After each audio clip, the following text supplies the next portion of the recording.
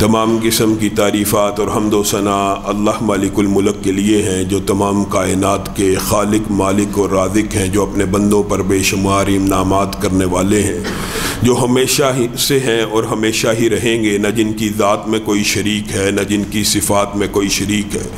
حمد و ثنا کے بعد لاکھوں کروڑوں درود و سلام ہوں اس ہستی اقدس و مقدس پر کہ جن کا نام نامی اور اسم گرامی حضرت محمد رسول اللہ صلی اللہ علیہ وآلہ وسلم ہے، جنہیں تمام کائنات کا ہادی، رہنما، مقتدا، پیشوا، رہبر، امام بنا کر بھیجا گیا، اور جن کے قلب اطہر پر اللہ رب العزت نے اپنی آخری کتاب حمید کو نازل فرمایا۔ حمد و ثنا اور درود و سلام کے بعد لاکھوں رحمتیں ہوں آپ کے صحابہ پر، امت کے ادیبوں، شہیدوں، محدثین، واعظین، مفسرین، مبلغین پر کہ جن کی وجہ سے اسلام ٹھیک اور مکمل حالت میں ہم تک پہنچا۔ قبل اس کے کہ جمعے کے موضوع کی طرف بڑھیں، آپ کے سامنے ایک وضاحت کرنا ضروری ہے کہ جمعے کا خطبہ کھڑے ہو کر پڑھانا ہی سنت ہے، لیکن طبیعت بے حد خراب رہی۔ آج اللہ کے فضل و کرم سے اللہ نے توفیق اور ہمت دی کہ آپ کے سامنے گفتگو کے لیے حاضر ہوں، اس لیے بیٹھ کر چند گزارشات کو آپ کے سامنے رکھوں گا۔ معزز سامعین گرامی قدر، گزشتہ خطبے کے اندر ہم اللہ رب العزت کی صفات کے حوالے سے اور ذات کے حوالے سے چند باتیں آپ کے سامنے رکھ چکے ہیں۔ ان میں سے ایک بات جو سمجھنے کا خاص نقطہ تھا وہ یہ تھا کہ اللہ خالق ہے، باقی ہر چیز دنیا میں جو بھی ہے وہ مخلوق ہے، اور خالق مخلوق سے جدا ہے، خالق مخلوق کے اندر نہیں، خالق کا کوئی جز مخلوق کے اندر نہیں، اور مخلوق کا کوئی جز خالق کے اندر نہیں۔ یہ جو ہمارے معاشرے میں فلسفے پھیلے ہوئے ہیں، وحدت الوجود، ایک ہی ذات ہے، ہر چیز میں اللہ ہے، ہر شے میں اللہ ہے، ہر منظر میں، ہر پس منظر میں، ہر پھول میں، پتی میں، ڈالی میں، درخت میں، ہر چیز میں اللہ ہی ہے، نعوذ باللہ۔ یہ فلسفہ بہت بڑا خطرے کا فلسفہ ہے۔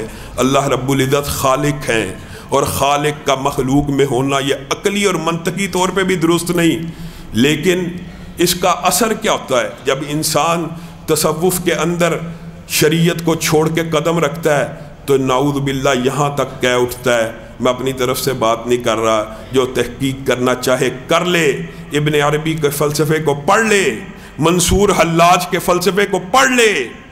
واللہ العظیم یہ ایک ایسا باطل نظریہ اور فلسفہ تھا، اور آج بھی کہا جاتا ہے، آج بھی آپ کو کہا جاتا ہے کیا؟ اپنے من میں ڈوب کر اپنے دل میں اللہ کو تلاش کرو۔ اگر اللہ کو جاننا پہچاننا ہے، اپنی ذات کے اندر کھو جاؤ۔ اس کا مطلب حقیقت میں یہ تھا اپنی تخلیق کے اوپر غور کرو کہ اللہ رب العزت نے تجھے دل دیا، تجھے ایسے ایسے اعضاء دیے، اگر تو مارکیٹ سے خریدنے آج چلا جائے، تیری جیب پھانک ہو جائے، کروڑوں روپے لگ جائے، تو اپنے ہی جسم کے پرزے خریدنے کے اوپر قادر نہیں۔ مطلب یہ تھا، لیکن صوفیوں نے ایسا الجھایا، انہوں نے کہا دل میں بھی اللہ ہی بستا ہے، دل میں بھی اللہ ہی رہتا ہے، یہاں تک کہ منصور حلاج کہہ اٹھا انا الحق، میں ہی اللہ ہوں، نعوذ باللہ، میرے اندر ہی اللہ بول رہا ہے۔ انسان جب جذب کی، مجذوبیت کی کفیت میں چلا جاتا ہے، اس کے خواص باہتا ہو جاتے ہیں، شیطان اس کو چھو کے ایسا خبتی کر دیتا ہے۔ آپ کے سامنے کیا فلسفہ رکھ رہا ہوتا ہے؟ یہ حالت جذب میں ہے، یہ مجذوب ہو گیا ہے۔ اس کا تصوف میں مطلب پتہ کیا ہے؟ نعوذ باللہ اس کا مطلب یہ ہے یہ بندہ خالق کے اندر جذب ہو گیا ہے۔ یہ کتنا باطل، یہ کتنا گندا فلسفہ ہے میرے بھائیو۔ جز اللہ رب العزت کا جز بھی کسی مخلوق میں نہیں ہے۔ اچھا ہوتا کیا ہے جب ہم یہ بات سمجھاتے ہیں تو کہا جاتا ہے، اللہ تو خود کہتا ہے نحن اقرب الیہ من حبل الورید، میں تمہاری شہرگ حیات سے بھی زیادہ قریب ہوں۔ اس طرح کی ساری آیات جو اپنی عقل میں نہیں آتی، اپنی عقل کو جسٹیفائی کرنے کے لیے خالق مخلوق کا یہ جو فاصلہ، خالق مخلوق کے مابین یہ جو دیوار ہے، اس کو ختم کر دیتے ہیں۔ سمجھنے کی کوشش نہیں کرتے کہ اللہ رب العزت کیا کہہ رہا ہے۔ ہاں، دو کے اندر بھی اگر کوئی تیسرا نہ ہو تو تیسرا رب ہوتا ہے، تین کے اندر بھی کوئی چوتھا نہ ہو چوتھا رب ہوتا ہے۔ اور ثانی اثنین اذ ہما فی الغار، اللہ کے رسول صلی اللہ علیہ وسلم نے حضرت ابو بکر کو غار میں کہہ دیا تھا لا تحزن ان اللہ معنا، اللہ ہمارے ساتھ ہے۔ اس طرح کی آیات کا مفہوم اور مقصد اور مطلب کیا لیتے ہیں؟ اللہ ہمارے ساتھ ہے، اللہ ہمارے قریب ہے، ان آیات کے اوپر ہمیں کوئی اشکال نہیں ہے، کوئی مغالطہ نہیں ہے۔ مغالطہ تو آپ کی عقل نے کھایا۔ میرے بھائیوں، یہ فلسفہ آج سمجھ کے جانا ہے، اس کے اندر بہت بڑا خطرہ ہے۔ اللہ رب العزت کہہ رہے ہیں میں تمہاری شہرگ حیات سے بھی زیادہ قریب ہوں۔ قرآن پاک میں اللہ رب العزت نے جب بھی قربت کا ذکر کیا اپنی جہت کی طرف سے کیا ہے۔ کیا مطلب؟ یہ بات سمجھنے کی بڑی ضرورت ہے۔ وَإِذَا سَأَلَكَ عِبَادِي عَنِّي فَإِنِّي قَرِيبٌ، میں رب تمہارے قریب ہوں، میں رب تمہاری شہرگ حیات سے بھی زیادہ قریب ہوں۔ ایک بات صرف آپ کو سمجھ آ جائے، آپ کو اس آیات کا مفہوم ساری زندگی کبھی ٹھوکر نہیں لگنے دے گا، کبھی وحدت الوجود کے گندے باطل فلسفے آپ کو متاثر نہیں کر سکیں گے۔ بتائیے، جس وقت یوسف کو کنویں میں دھکا دیا جا رہا، جبریل امین کہاں تھے؟ اللہ رب العزت کے عرش کے پاس ہیں۔ آپ کو پتا نا عرش کتنی بلند جگہ پہ ہے؟ 7 آسمان کو کراس کرنا، صرف زمین سے لے کے آسمان تک سائنسدان حساب عاجز آ چکا ہے۔ ایک ستارے کی دوری ماپنے کے اوپر ہزاروں لاکھوں کروڑوں نوری سال، 1 ارب 20 کروڑ نوری سال کے اوپر ابھی تک انسانی آنکھ نے دوربین کے ساتھ ایک ستارہ دیکھا ہے۔ 1 ارب 20 کروڑ نوری سال، ان سے اوپر آسمان، اس کے اوپر آسمان، 7ویں آسمان کے اوپر جبریل امین ہے۔ اللہ رب العزت جبریل امین کو حکم دیتے ہیں، یوسف کے بھائیوں نے یوسف کو دھکا دے دیا ہے، میرے یوسف کے پاؤں کنویں کی زمین سے ٹکرا نہ جائیں، ان کو چوٹ نہ لگ جائے، وہ زخمی نہ ہو جائیں۔ 7ویں آسمان کے اوپر جبریل اللہ کی مخلوق ہے کہ خالق ہے؟ ایک مخلوق کی رفتار، ایک مخلوق کی چابک دستی، ایک مخلوق کی اطاعت یہ ہے کہ جبریل امین نے 7ویں آسمان سے اپنے پر کو یوسف کے قدموں کے نیچے رکھ دیا۔ بتائیے جہت کہاں سے بیان ہو رہی ہے؟ ہمارے سے تو جہت بہت دور ہے، لاکھوں اربوں کروڑوں نوری سال کا فاصلہ ایک ستارے کا تم خود کہتے ہو، سائنسدان کہتے ہو یہ ہماری طرف سے دوری ہے۔ ابھی مخلوقات میں سے اللہ نے ایسی مخلوق پیدا کی ہوئی ہے، 1 سیکنڈ کے 10ویں حصے میں اس کا پر کنویں کے نیچے آ جاتا ہے۔ آپ ذرا باہر نکلیے، نظر اللہ کی ایک مخلوق ہے، نظر اٹھا کے دیکھیے، ارب ہا ارب، کروڑ ہا کروڑ کلومیٹر کا فاصلہ نظر ایک آن میں طے کرتی ہے۔ کتنی دور کا ستارہ آپ ننگی آنکھ سے دیکھ لیتے ہیں، ایک مخلوق ہے۔ اور میرے بھائیوں ایک بات یاد رکھو، یہ جو اللہ کہتا ہے نا نحن اقرب الیہ من حبل الورید، یہ اللہ کہہ رہا ہے کہ میں تمہاری شہرگ حیات سے زیادہ قریب ہوں۔ اس میں آپ کو کس قسم کا مغالطہ لگتا ہے؟ اللہ عرش کے اوپر ہوتے ہوئے بھی 1 سیکنڈ کے 1000ویں حصے سے بھی مجھے آپ بتلائیے، یہ جو فاصلہ ہے، یہ جو ٹائم ہے، یہ جو وقت ہے، یہ اللہ کی مخلوق نہیں ہے؟ یہ بھی اللہ کی مخلوق ہے۔ اللہ کی مخلوق، فاصلہ اللہ کی مخلوق ہے۔ یہ فاصلے ہمارے لیے اہمیت رکھتے ہیں، یہ وقت ہمارے لیے اہمیت رکھتا ہے۔ یہ اللہ کے لیے ان فاصلوں کی کوئی حیثیت اور وقت ہی نہیں۔ اللہ کی مخلوقات کے اندر فاصلوں کی حیثیت اور وقت کوئی نہیں۔ آپ کو پتہ ہے اللہ کے عرش کو ایک جس فرشتے نے تھاما ہوا ہے نا، نبی کریم صلی اللہ علیہ وسلم نے اس کا ایک منظر ہمارے سامنے رکھا ہے۔ اگرچہ اللہ ہی نے عرش کو تھاما ہوا ہے، لیکن اللہ رب العزت اپنی قوت طاقت بندوں کے اوپر ہیبت جاہ و جلال ظاہر کرنے کے لیے آپ کو اور مجھے بتلا رہا ہے۔ وہ جو ایک فرشتہ ہے نا جو قیامت کے دن 8 اٹھائیں گے، ان میں سے ایک فرشتے کا تذکرہ نبی کریم نے کیا، اس کے کان سے لے کے کندھے تک کا فاصلہ اس قدر زیادہ ہے، تیز رفتار پرندہ 600 برس اڑتا رہے یہ فاصلہ طے نہیں کر سکتا۔ اس کی لمبائی اور چوڑائی اتنی ہے، اس کا سر تو عرش کے نیچے ہے اور اس کا جو پاؤں ہے وہ 7 زمینوں سے بھی نیچے ہے۔ اللہ کی مخلوقات اگر ایسی ہیبت جلال والی، ایسی رفتار والی ہے تو اللہ کو دور سمجھتا ہے؟ اللہ 1 سیکنڈ کے 1000ویں حصے سے یہ جہت اللہ رب العزت اپنی طرف سے بیان کر رہا ہے۔ اللہ کے لیے فاصلے کی کوئی وقت نہیں ہے میرے بھائیوں۔ اور دوسرا جو اشکال معاشرے کے اندر، یہ جی آپ کے سامنے اس اشکال کو رکھا تھا، یہ جی ایسے لوگ ہیں اللہ کا جسم مانتے ہیں، اللہ کا ہاتھ مانتے ہیں، اللہ کا چہرہ مانتے ہیں، اللہ کا وجود مانتے ہیں، اور لوگوں اللہ کی ذات کا انکار کرنے والوں نے کس قدر دھوکہ کھایا۔ ایک کو سمجھ نہ آئی، اس نے ہر چیز کو اللہ ہی بنا دیا، ہر چیز کو اللہ بنا دیا، وحدت الوجود ہو گیا۔ ایک ہی اصل میں وجود ہے جس کے ہم سب حصے ہیں، نعوذ باللہ۔ بعض صوفی ملامتی ایسے بھی ہیں، آپ پڑھیں گے حیران رہ جائیں گے۔ آپ ان کا فلسفہ پتہ کیا؟ ہم سب اللہ کی ذات کا حصہ ہیں، اور اللہ تعالیٰ اپنی ذات کو کبھی آگ میں ڈالے گا ہی نہیں، اس لیے کوئی بندہ جہنم میں جائے گا ہی نہیں۔ یہ بھی لکھا صوفیوں نے، کیا کچھ نہیں لکھا۔